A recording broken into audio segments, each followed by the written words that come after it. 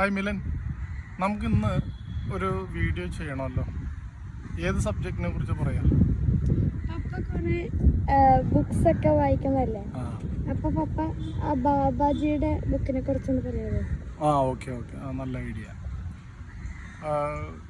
ഞാൻ ഒരത്യാവശ്യം തരക്കേടില്ലാത്ത numbers of books വായിച്ചിട്ടുണ്ട്. എല്ലാം ഓൾമോസ്റ്റ് സ്പിരിച്വൽ ആയിട്ടുള്ള ബുക്കുകൾ. എനിക്ക് സ്പിരിച്വാലിറ്റിയോട് കൂടുതൽ ഇൻട്രസ്റ്റ് ഉള്ളതുകൊണ്ട് അതിൽ ഞാൻ വായിച്ചതിൽ എന്നെ ഏറ്റവും കൂടുതൽ ആകർഷിച്ചത്, അട്രാക്റ്റ് ചെയ്യിച്ചത് an autobiography of a yogi, അല്ലെങ്കിൽ ഒരു യോഗിയുടെ ആത്മകഥ. പരമഹംസ യോഗാനന്ദ എന്ന് പറയുന്ന ഒരു യോഗി, ബീഹാറുകാരനാണ്, എഴുതിയൊരു ബുക്കാണ്. ഇതാണ് ആ ബുക്ക്, ഇദ്ദേഹത്തിൻ്റെയാണ് ഈ ബുക്ക്. ഈ ബുക്കിൻ്റെ ടൈറ്റിൽ തന്നെ കൊടുത്തിട്ടുണ്ട് ഇൻ്റർനാഷണൽ ബെസ്റ്റ് സെല്ലർ. തരക്കേടുള്ളത് അത്യാവശ്യം ഇമ്പോർട്ടൻ്റ് ആയിട്ടുള്ള personalities like Rajinikanth, Virat Kohli, MS Dhoni, Steve jobs, ആപ്പിളിൻ്റെ CEO ആയിരുന്നു, അദ്ദേഹം മരിച്ചുപോയി, തുടങ്ങിയ ഒരുപാട് ഇമ്പോർട്ടൻ്റ് ആയിട്ടുള്ള പേഴ്സണാലിറ്റീസ് റെഫർ ചെയ്തിരിക്കുന്ന ഒരു ബുക്കാണ്. ഈ അടുത്താണ്, ഇപ്പോൾ കുറച്ചൊരു വളരെ റീസെൻ്റ് ആയിട്ടാണ് ആ ബുക്കിനെ കുറിച്ച് ആളുകൾ സംസാരിച്ചു തുടങ്ങിയത്. വളരെ ഫേമസ് ആയിക്കൊണ്ടിരിക്കുന്ന ബുക്കാണ്. എന്നെ ആകർഷിച്ചത് മുതൽ ഞാൻ വായിച്ചിട്ട് കുറച്ചധികം നാളായി, ഓൾമോസ്റ്റ് 2 years ആയി. യൂട്യൂബ് വീഡിയോ ചെയ്യാൻ തുടങ്ങിയത് ജസ്റ്റ് ഇന്നലെ മുതലാണ് സ്റ്റാർട്ട് ചെയ്തത്. അപ്പോൾ എനിക്ക് ബാബാജിയിൽ നിന്ന് തുടങ്ങണമെന്നൊരു ആഗ്രഹം ഉണ്ടായിരുന്നുകൊണ്ടാണ് ഞാൻ അതിൽ നിന്ന് തന്നെ സ്റ്റാർട്ട് ചെയ്യാമെന്ന് വിചാരിച്ചു. ബാബാജി, എനിക്ക് ആ ബുക്ക് വായിച്ചത് മുതൽ, അല്ലെങ്കിൽ അതിനെക്കുറിച്ച് അറിഞ്ഞത് മുതൽ എനിക്ക് വല്ലാത്തൊരു സ്പിരിച്വലായിട്ടുള്ളൊരു ക്രേസ് അതിനോട് ഉണ്ടായി. ബാബാജിയെ കുറിച്ച് അറിയണം, ബാബാജിയുടെ സ്ഥലങ്ങൾ എവിടെയാണെന്നൊക്കെ അന്വേഷിച്ച് ഞാൻ പോകുന്ന ഒരു ഇതുണ്ടായിരുന്നു. ഞാൻ പോയിട്ടുണ്ട്. അപ്പോൾ അതിലേക്ക് കിടക്കാം. ബുക്ക് എന്നെ വളരെ ഇൻട്രസ്റ്റിംഗ് ആക്കി. ഞാൻ ആ ബുക്ക് വായിച്ചതോടുകൂടി ബാബാജിയെ കുറിച്ചുള്ള പോർഷൻസ് വളരെ കൂടി ഒരു 10 pages ഓൾമോസ്റ്റ് കാണുള്ളൂ. ഇതിനകത്ത് മൊത്തം അറൗണ്ട് 519 പേജോളം ഉണ്ട്. അതിൽ ഏകദേശം ഒരു 10 പേജോളം മാത്രമേ ബാബാജിയെക്കുറിച്ച് എക്സ്പ്ലെയിൻ ചെയ്തിട്ടുള്ളൂ. ബാബാജിയുടെ ഡീറ്റെയിൽസ് ഫർണിഷ് ചെയ്തിരിക്കുന്നത് ഓൾമോസ്റ്റ് 10 pages ആണ്. ആ 10 pages ഔട്ട് ഓഫ് 519, 10 pagesൽ ബാബാജിയെക്കുറിച്ച് പറയുന്ന പോർഷൻസ് എന്നെ വല്ലാതെ ആകർഷിക്കാനുള്ള കാരണം, ബാബാജി 4th century ജനിച്ചിരുന്നു എന്ന് പറയപ്പെടുന്നു. 4th century. അദ്ദേഹം ഇപ്പോഴും മരണമില്ലാത്ത യോഗിയായിട്ട് നമ്മുടെ മുൻപിലൂടെ ഈ വേൾഡിൽ, ഈ ഫിസിക്കൽ വേൾഡിൽ ഇപ്പോഴും ജീവിച്ചിരിക്കുന്നു എന്ന് പറയുമ്പോൾ നമുക്ക് അവിശ്വസനീയമാണ്. ആ ഒരു പോർഷനാണ് എന്നെ ആകർഷിച്ചത്. ഇത്രയും മഹായോഗി, ഇദ്ദേഹം ഫേമസ് ആവാനൊന്നും ആഗ്രഹിക്കാതെ വളരെ സൈലൻ്റായിട്ട് ഏതോ ഒരു ഹിമാലയൻ കോണുകളിൽ, പറയുന്നത് ബദ്രിനാഥ് ഇപ്പോഴുണ്ട് എന്ന് പറയപ്പെടുന്നു. ഹിമാലയത്തിൽ അദ്ദേഹം ബദ്രിനാഥ് 6 മാസം, കേദാർനാഥ്, ബദ്രിനാഥൊക്കെ 6 മാസമേ ഓപ്പൺ ആവുള്ളൂ. 6 മാസം നമുക്ക് വേണ്ടി ഓപ്പൺ ആക്കിയിട്ട് ആളുകൾക്ക് വിസിറ്റ് ചെയ്യാൻ. അത് കഴിഞ്ഞാൽ പിന്നെ അത് അടച്ചു, കാരണം മഞ്ഞ് വീഴ്ചയൊക്കെ ആയതുകൊണ്ട് പോകാൻ നോക്കത്തില്ല. ആ സമയങ്ങളിൽ ബാബാജി ബദ്രിനാഥിലുണ്ടാവും. അല്ലാത്ത സമയങ്ങളിലൊക്കെ ബാബാജി ഹിമാലയത്തിൽ, ഞാൻ ബാബാജി കേവ് എന്നറിയപ്പെടുന്ന ഒരു സ്ഥലമുണ്ട്, അവിടെ ഞാൻ പോയിരുന്നു. ഈ രജനീകാന്തൊക്കെ വിസിറ്റ് ചെയ്യുന്നു എന്ന് പറയുന്ന സ്ഥലമാണ്. അപ്പോൾ ആ പോർഷനിൽ ബാബാജി ഉണ്ടാവും. പക്ഷേ ബാബാജി നമുക്ക് എല്ലാവർക്കും കാണാൻ പറ്റുന്ന ഒരു ഇതിലല്ല. ബാബാജി എല്ലാവർക്കും കാണാൻ പറ്റില്ല. ബാബാജി വിചാരിക്കണം ബാബാജിക്ക് ആരുടെ മുമ്പിൽ പ്രത്യക്ഷപ്പെടണം എന്നുള്ളതൊക്കെ. That is A different story all together. അപ്പോൾ ഈ ബുക്കിനെ കുറിച്ച് പറയുകയാണെങ്കിൽ ആ പോർഷൻ എന്നെ വല്ലാതെ അട്രാക്റ്റ് ചെയ്യിപ്പിച്ചു.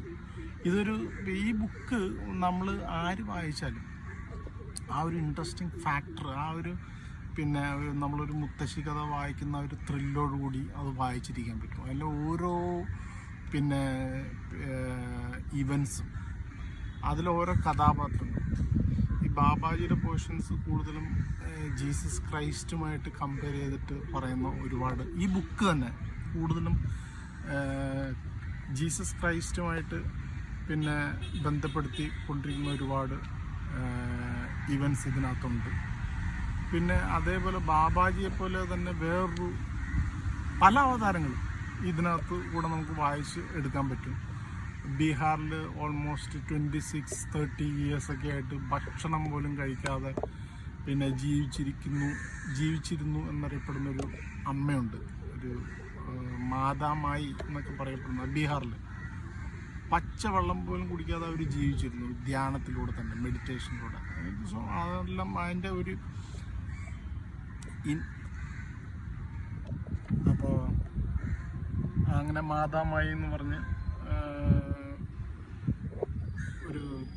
ഒരു അമ്മയുണ്ട്. അവരിങ്ങനെ ഭക്ഷണം കഴിക്കാതെ വർഷങ്ങളോളം ജീവിച്ചിരുന്നു. പിന്നെ ഒരു സിസ്റ്റർ തെരേസ് ന്യൂമാൻ, സംവെയർ അബ്രോഡാണ്, യൂറോപ്യൻ കൺട്രിയിലാണെന്ന് തോന്നുന്നു. യൂറോപ്യൻ കൺട്രിയിൽ അല്ല, ഇവിടെ ജർമ്മനിയിലൊരു സിസ്റ്റർ തെരേസ് ന്യൂമാൻ എന്നും പറഞ്ഞ ഒരു സിസ്റ്റർ ഉണ്ടായിരുന്നു. അവർക്ക് പിന്നെ എല്ലാ വെള്ളിയാഴ്ചകളിലും അവരുടെ, അതായത് ജീസസ് ക്രൈസ്റ്റ് ക്രൂസിഫൈ ചെയ്ത അപ്പോഴുണ്ടായിരുന്ന ജീസസ് ക്രൈസ്റ്റിൻ്റെ ശരീരത്തിൽ ഈ കുന്തം കൊണ്ട് കുത്തി മുറിവേൽപ്പിച്ച ആ പോർഷനിലൂടെ നെഞ്ചിൻ്റെ ആ ഭാഗത്ത് അതേ അടയാളത്തിൽ ഈ സിസ്റ്ററിൻ്റെ ശരീരത്തിൽ നിന്നും ബ്ലഡ് ഇങ്ങനെ വരുമായിരുന്നു. സിസ്റ്ററും ആഹാരമൊന്നും കഴിക്കാറില്ല, ഭക്ഷണം കഴിക്കാൻ ഇല്ലാത്തൊരു സിസ്റ്ററാണ് അവർ. അവരുടെ ശരീരത്തിൽ അത് കറക്റ്റ് ആ പോർഷനിൽ കൂടെ എല്ലാ ഫ്രൈഡേയ്സിൽ ബ്ലഡ് വരുമായിരുന്നു എന്ന് പറയുന്നു. ഈ പരമഹംസ യോഗാനന്ദ അവരെ ഡയറക്റ്റ് വിസിറ്റ് ചെയ്തിട്ടുണ്ട്. അദ്ദേഹം പിന്നെ സാക്ഷ്യപ്പെടുത്തിയിരിക്കുന്നതാണ്. അത്ര അത്ഭുതകരമായ ഇൻസിഡൻസ് ഒക്കെ സംഭവിച്ച് അതിനെക്കുറിച്ചൊക്കെ അദ്ദേഹം ഈ ബുക്കിനകത്ത് വെളിപ്പെടുത്തുന്നുണ്ട്. അപ്പോൾ എന്നെ coming back to our point, Babaji ഈ ബുക്ക് വായിച്ചത് പോലെ ഞാൻ ബാബാജിയുടെ ഒരു പിന്നെ എന്താ പറയുക, ഒരു ഡിവോട്ടിയാണ്. ലൈക്ക് ബാബാജി ജനിച്ച സ്ഥലം എന്ന് പറയപ്പെടുന്നത് കടലൂർ, തമിഴ്നാട്ടിൽ, ഈ പോണ്ടിച്ചേരി കഴിഞ്ഞ് ഒരു പിന്നെ കോസ്റ്റൽ ലൊക്കാലിറ്റിയിൽ പറങ്കിപ്പേട്ട എന്ന് പറയുന്നൊരു സ്ഥലത്താണ് ബാബാജി ജനിച്ചത്. 4th സെഞ്ച്വറിയിൽ ഞാൻ പറയും. ഞാൻ അവിടെ പോയിരുന്നു. ആദ്യം എൻ്റെ വിസിറ്റ് ബാബാജിയെക്കുറിച്ച് തന്നെ അറിയണം എന്ന്. ഈ ബുക്ക് വായിച്ച ഉടനെ മേ ബി 1 or 2 വീക്സ് സമയം ഞാൻ പിന്നെ വേസ്റ്റാക്കിയില്ല. Started visiting Babaji's birth place. പറങ്കിപ്പേട്ടയിൽ പോയിട്ട് അവിടെ ആരുമില്ല, ആർക്കും അറിയില്ല. This is what is the tragedies, you know. ഇത്രയും ബിഗ്ഗസ്റ്റ് ഫിഗർ ബാബാജി എന്ന് അറിയപ്പെടുന്ന, അതാണ് ഞാൻ പറഞ്ഞത്. ബാബാജി ഒരിക്കലും ഫേമസ് ആഗ്രഹിച്ചിരുന്നതേ ഇല്ല. ഇപ്പോൾ പോലും അങ്ങനെ ആയിരുന്നെങ്കിൽ ബാബാജിക്ക് പണ്ടേ ആവുമായിരുന്നു. ബാബാജി വിചാരിച്ചെങ്കിൽ within short period of time he would have been famous in such a place. അപ്പോൾ അങ്ങനെ ഞാൻ അവിടെ കടലൂർ പോയി, പറങ്കിപ്പേട്ട എന്ന് പറയുന്ന സ്ഥലത്ത് ഞാൻ പോയി ബൈ ട്രെയിൻ പോയി. അവിടെ ലോഡ്ജ് പോലും ചെറിയൊരു കുഗ്രാം എന്ന് പറയാം, ചെറിയൊരു വില്ലേജ് ഏരിയയാണ്, കോസ്റ്റൽ വില്ലേജ് ഏരിയയാണത്. അവിടെ ആളുകൾക്ക്, പക്ഷെ അവിടെ ഉള്ളവർക്കൊക്കെ ബാബാജിയെ കുറിച്ച് നമ്മൾ ബാബാജിയുടെ വീട് എവിടെയാണ് എന്നൊക്കെ ചോദിച്ചു കഴിഞ്ഞാൽ അവരൊക്കെ പറഞ്ഞു തരുന്നത്. അതിപ്പോൾ ചെറിയൊരു അമ്പലം പോലെ ആക്കിയിട്ടുണ്ട്. ചെറിയൊരു സെറ്റപ്പിലൊരു അമ്പലം പോലെ ആക്കി ആ വീട്, ബാബാജി ജനിച്ചു എന്ന് പറയപ്പെടുന്ന ആ വീടിപ്പോൾ ഒരു അമ്പലം പോലെ ആക്കിയിട്ടുണ്ട്. അത് ഞാൻ എൻ്റെ വീഡിയോയിൽ ഞാൻ ഷെയർ ചെയ്തിട്ടുണ്ട്. എൻ്റെ ബാബാജിയുടെ പ്ലേസ് എവിടെയാണെന്നുള്ളത് ഞാൻ എൻ്റെ മുമ്പത്തെ വീഡിയോയിൽ ഞാൻ ഷെയർ ചെയ്തിട്ടുണ്ടായിരുന്നു. ആരെങ്കിലും കമൻസിൽ ആ വീഡിയോ കാണണമെന്ന് ചോദിക്കുകയാണെങ്കിൽ ഞാൻ ആ ലിങ്ക് ഞാൻ ഷെയർ ചെയ്യാം. ഞാൻ അവിടെ പോയി വളരെ സ്പിരിച്വലായിട്ടുള്ളൊരു ഫീലിംഗ് ആയിരുന്നു അവിടെ ചെന്ന് കഴിയുമ്പോൾ. എനിക്ക് ഭയങ്കര എന്താ പറയുക, ഒരു ക്യൂരിയോസിറ്റി കൊണ്ട് നമ്മൾ പോകുമല്ലോ. പക്ഷെ അവിടെ ചെന്നപ്പോൾ ഫീലിംഗ് പറഞ്ഞറിയിക്കാൻ പറ്റാത്തൊരു ഫീലായിരുന്നു. അത് കഴിഞ്ഞ് ഞാൻ അവിടെ 1 day അവിടെ സ്റ്റേ ചെയ്ത് നെക്സ്റ്റ് ഡേ കെയിം ബാക്ക്. പിന്നെ ഞാൻ വേളാങ്കണ്ണി പോയി. അത് കഴിഞ്ഞ് പിന്നെ ബാബാജിയുടെ ഈ രജനീകാന്തൊക്കെ വിസിറ്റ് ചെയ്യാറുള്ള സ്ഥലമുണ്ട്. എല്ലാവരും കേട്ട് കാണുമല്ലോ, അദ്ദേഹം ഓരോ ഫിലിം കഴിയുമ്പോഴേ അതിൻ്റെ സക്സസ്സിന് വേണ്ടിയിട്ട് ബാബാജി കേവ് ഹിമാലയത്തിൽ പോകുന്ന നമ്മൾ ന്യൂസുകളിലൊക്കെ കേട്ടിട്ടുണ്ട്. ആ ബാബാജി കേവിൽ ഞാൻ പോയിട്ടുണ്ട്. ഹിമാലയത്തിൽ ശരിക്കും ആ സ്ഥലം കുക്കിച്ചിന എന്നറിയപ്പെടുന്ന ഇന്ത്യ ചൈന ബോർഡറിൽ കുറച്ച് ഉള്ളിലാണ്. അവിടെ എത്തിപ്പെടാം. അവിടെ ഈ പറഞ്ഞ മാതിരി ആ കേവും വലിയ ഫേമസ് അല്ല, ആർക്കും അധികം ആളുകൾക്ക് അറിയില്ല. വളരെ കുറച്ച് ആളുകൾക്ക് ഈ വീഡിയോസൊക്കെ കണ്ട് ഒക്കെ അറിഞ്ഞ് വരുന്ന ആളുകൾ മാത്രം. അത് എല്ലാവരും പോയി വിസിറ്റ് ചെയ്യണമെന്നില്ല, കാരണം ഡിഫിക്കൽട്ട് അവിടെ എത്തിപ്പെടാന്ന് പറഞ്ഞാൽ it's not an easy task. അപ്പോൾ അവിടെ ഞാൻ പോയിരുന്നു. അവിടെ പോയി ആ ഗുഹയ്ക്കകത്ത് ചെറിയൊരു കേവാണ്, അതിനകത്ത് പോയി മെഡിറ്റേറ്റ് ചെയ്യുക. അവിടെ പ്രത്യേകിച്ചും അവിടെ ഒരു നോട്ടീസ് ബോർഡ് പോലെ കൊടുത്തിട്ടുണ്ട്, donation is not accepted here എന്നും പറഞ്ഞു. അപ്പോൾ അവിടെ ആരും സംഭാവനകളൊന്നും കൊടുക്കാറ് പോലുമില്ല. അങ്ങനത്തെ ഒരു ഏരിയ, ചെറിയൊരു കാട്ടിൽ ചെറിയൊരു ഗുഹ. അതിപ്പോൾ മേളിൽ റൂഫൊക്കെ ചെയ്ത് കോൺക്രീറ്റൊക്കെ ചെയ്തിട്ടുണ്ട്. 2 കല്ലുകൾക്കിടയിലുള്ള ചെറിയൊരു നാരോ സ്പേസാണ്. അവിടെ ഞാൻ കുറേ നേരം ഇരുന്ന് മെഡിറ്റേറ്റ് ചെയ്തു. അതൊക്കെ ഭയങ്കര പറഞ്ഞറിയിക്കാൻ പറ്റാത്ത തരത്തിലുള്ള ഒരു സ്പിരിച്വൽ ഫീലിംഗ് ആണ് ഈ ബാബാജി കേവ് എന്നൊക്കെ പറയുന്നത്. അവിടെയൊക്കെ പോയി ബാബാജിയെ കുറിച്ച് ഇപ്പോഴും മനസ്സിലെപ്പോഴും ഓരോ നിമിഷവും ബാബാജി എന്നുള്ള ആ ചിന്ത മനസ്സിൽ കയറി വരും. അതിനെല്ലാം കാരണക്കാരനായത് ഈ പരമഹംസ യോഗാനന്ദയുടെ ഈ ബുക്കാണ്. അവരെല്ലാം സ്പിരിച്വാലിറ്റിയിലേക്കൊക്കെ വളർന്ന ചെറിയ പ്രായത്തിലെ പരമഹംസ യോഗാനന്ദയൊക്കെ സ്പിരിച്വാലിറ്റിയിലേക്ക് ട്രെയിൻ ചെയ്യപ്പെട്ട അവരുടെ ഫാമിലിയിൽ നിന്ന് തന്നെ, അച്ഛനും അമ്മയൊക്കെ കൂടെ അത് ആ ലെവലിലേക്ക് വളർന്നു വന്നവരാണ്. ഇദ്ദേഹം അമേരിക്കയിലൊക്കെ അവിടെ വെച്ചായിരുന്നു തോന്നുന്നു ഇദ്ദേഹം പിന്നെ മരിച്ചു എന്നല്ല, യോഗികളൊക്കെ പരമഹംസ യോഗാനന്ദ അമേരിക്കയിലെ കാലിഫോർണിയയിലാണ് സമാധിയാവുന്നത്. അപ്പോൾ ബാബാജിയുടെ പിന്നെ ചെറുപ്പകാലം എന്ന് പറയുന്നത് ഏകദേശം 5-6 വയസ്സ് വരെയൊക്കെയായിരുന്നു പറങ്കിപ്പേട്ടയിലെ വീട്ടിൽ ബാബാജിയുടെ കുട്ടിക്കാലം ചെലവഴിച്ചത്. അത് കഴിഞ്ഞ് പിന്നെ കുറച്ച് നാടോടികൾ അവിടെ അമ്പലത്തിൽ ഉത്സവത്തിൻ്റെ സമയത്ത് ആ തിരക്കിനിടയിൽപ്പെട്ട് കുറച്ച് നാടോടികൾ ഈ കുട്ടീനെ കൊണ്ടുപോയി അവരുടെ കൂട്ടത്തിൽ കൊണ്ടുപോയിട്ട് അവർ പിന്നെ കൽക്കട്ടയിലോ ഒക്കെ വെച്ച് കുട്ടീനെ വേറെ ഒരു ഫാമിലിക്ക് വിൽക്കുക ചെയ്യുക.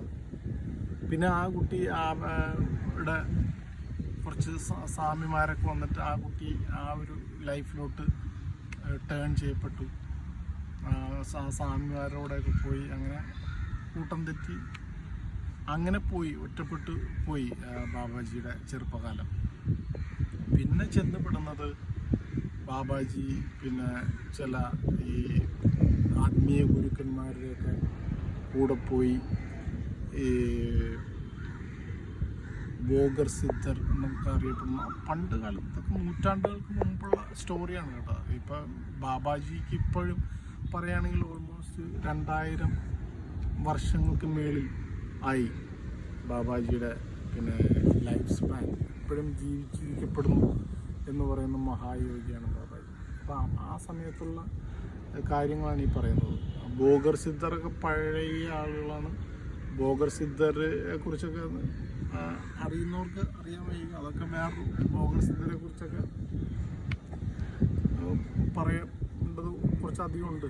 ബോഗർനാഥർ സിദ്ധർ പളനിയിൽ പിന്നെ മുരുക ഭഗവാന്റെ ശിലയൊക്കെ സ്ഥാപിച്ചത് 9 വിഷക്കൂട്ടുകളൊക്കെ മിക്സ് ചെയ്തിട്ടുണ്ട്. അത് എല്ലാവർക്കും അറിയാവുന്നതായിരിക്കും. അദ്ദേഹമായിരുന്നു ബോഗർനാഥർ സിദ്ധറുടെ ഗുരു.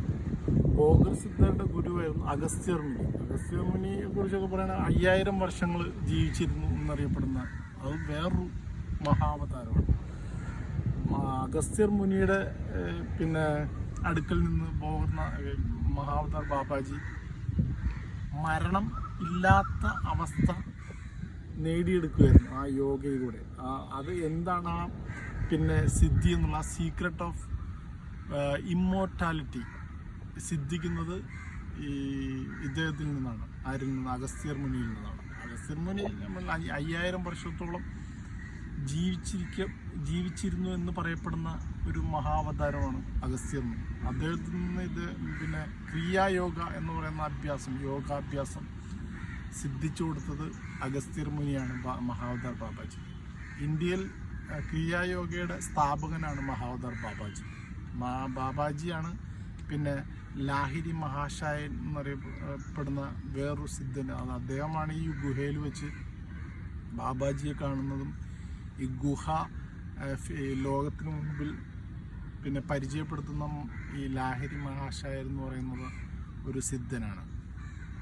അദ്ദേഹമായിരുന്നു ബാബാജിയുടെ ഗുരു. പിന്നെ ലാഹിരിയുടെ ശിഷ്യൻ യുക്തേശ്വർ ഗിരിയുടെ ശിഷ്യനാണ് പരമഹംസ യോഗാനന്ദ. അപ്പോൾ പരമഹംസ യോഗാനന്ദർ യുക്തേശ്വർ ഗിരിയുടെ മുകളിൽ ലാഹിരി മഹാശയരുടെ ഗുരുവാണ് മഹാവതാർ ബാബാജി. ഈ ഒരു ചെയിനാണ്, ഇങ്ങനെയാണ് പോകുന്നത്. അപ്പോൾ പരമഹംസ യോഗാനന്ദയ്ക്ക് ബാബാജിയെ കുറിച്ച് അറിയുന്നത് യുക്തേശ്വർ ഗിരിയിൽ നിന്നാണ്. യുക്തേശ്വർ ഗിരി അറിയുന്നത് ലാഹിരി മഹാശയരിൽ നിന്നാണ്. ലാഹിരി മഹാശയർ ഡയറക്റ്റ് ബാബാജിയെ കണ്ടു ഈ ഗുഹയിൽ വെച്ച്. അപ്പോൾ ആ സ്റ്റോറീസ് എല്ലാം പിന്നെ എക്സ്പ്ലെയിൻ ചെയ്യുന്നുണ്ട് ഈ ബുക്കിനകത്ത്. ഈ ബുക്ക് ഞാൻ റെക്കമെൻഡ് ചെയ്യുന്നു, ഹൈലി റെക്കമെൻഡഡ് ബുക്കാണിത്. ഈ സ്പിരിച്വാലിറ്റിയിലൂടെ അല്ലെങ്കിൽ ബാബാജിയെക്കുറിച്ച്, ഈ പരമഹംസ യോഗാനന്ദ, ഞാൻ പറഞ്ഞ ഈ യോഗികളെ കുറിച്ചൊക്കെ അറിയാൻ, പിന്നെ ജീസസ് ക്രൈസ്റ്റിനെ ആയിട്ട് കണക്ട് ചെയ്തിട്ടുള്ള ഒരുപാട് കാര്യങ്ങൾ ഇതിനകത്തുണ്ട്. സ്പിരിച്വലായിട്ടുള്ളൊരു ബുക്കാണ്. താല്പര്യമുള്ളവർക്ക് ഈ ബുക്ക് റെഫർ ചെയ്യാം, ഈ ബുക്ക് വായിക്കാം. കൂടുതൽ വിവരങ്ങൾ ഞാൻ പറഞ്ഞില്ല. ഈ ബുക്കിൽ എന്തുണ്ട് എന്ന് ചോദിച്ചാൽ ഇത് വായിച്ചു കഴിയുമ്പോൾ ഓട്ടോമാറ്റിക്കായിട്ട് some feeling would arise in your mind, in your heart. അതാണ് ഈ ബുക്കിൻ്റെ ഒരു മാജിക് എന്ന് പറയുന്നത്. ഈ ബുക്ക് ഇങ്ങനെ വായിച്ച് നമുക്ക് കണ്ടിന്യൂസ് ആയിട്ട് വായിച്ചുകൊണ്ടേയിരിക്കാൻ തോന്നുന്ന ഒരു ബുക്കാണത്. അത് വായിച്ചപ്പോൾ എനിക്ക് എൻ്റെ മനസ്സിൽ പിന്നെ വല്ലാത്തൊരു ഉണർവുണ്ടായി. സ്പിരിച്വലായിട്ട് നമ്മൾ പിന്നെ ആ ഒരു സ്പിരിച്വാലിറ്റി ലൈഫിലോട്ട് ടേൺ ചെയ്യാൻ ആഗ്രഹിക്കുന്നവർക്ക് പറ്റിയൊരു ബുക്കാണിത്. One of the best books എന്ന് പറയാം. അപ്പോൾ ഈ ബുക്കൊന്ന് ഇൻട്രൊഡ്യൂസ് ചെയ്യണമെന്ന് തോന്നി. ഇതിൽ അത്യാവശ്യം ബ്രീഫായിട്ട് ഞാൻ കുറച്ച് കാര്യങ്ങളൊക്കെ പറഞ്ഞു. കൂടുതൽ വേണ്ടവർക്ക് ഈ ബുക്ക് റെഫർ ചെയ്യാം. മലയാളത്തിലും ഇംഗ്ലീഷിലും അവൈലബിൾ ആണ്. അപ്പോൾ ഇന്നത്തേക്കിന് ഇത്ര മതിയില്ലേ? നല്ല സൂപ്പർ സ്റ്റോറി ആയിരുന്നു. അപ്പോൾ എല്ലാവർക്കും പിന്നെ ഏകദേശം ഇതിനെക്കുറിച്ച് മനസ്സിലായെന്ന് വിചാരിക്കുന്നു.